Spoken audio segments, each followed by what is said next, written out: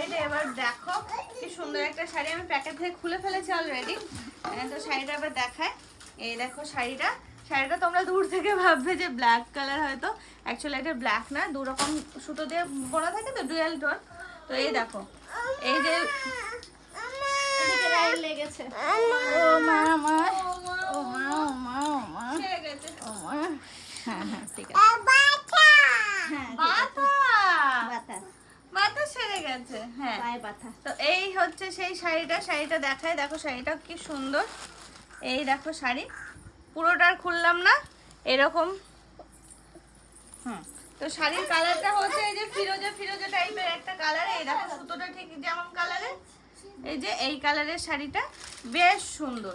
তো তোমাদের কেমন লাগছে অবশ্যই কিন্তু জানিও।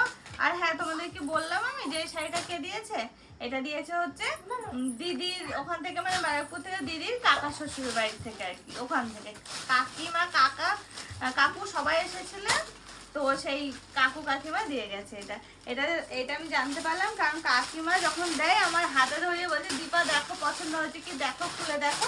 তো সেই জন্য আর কি মনে আছে, নয়তো এটা হয়তো গুলিয়ে ফেলতাম।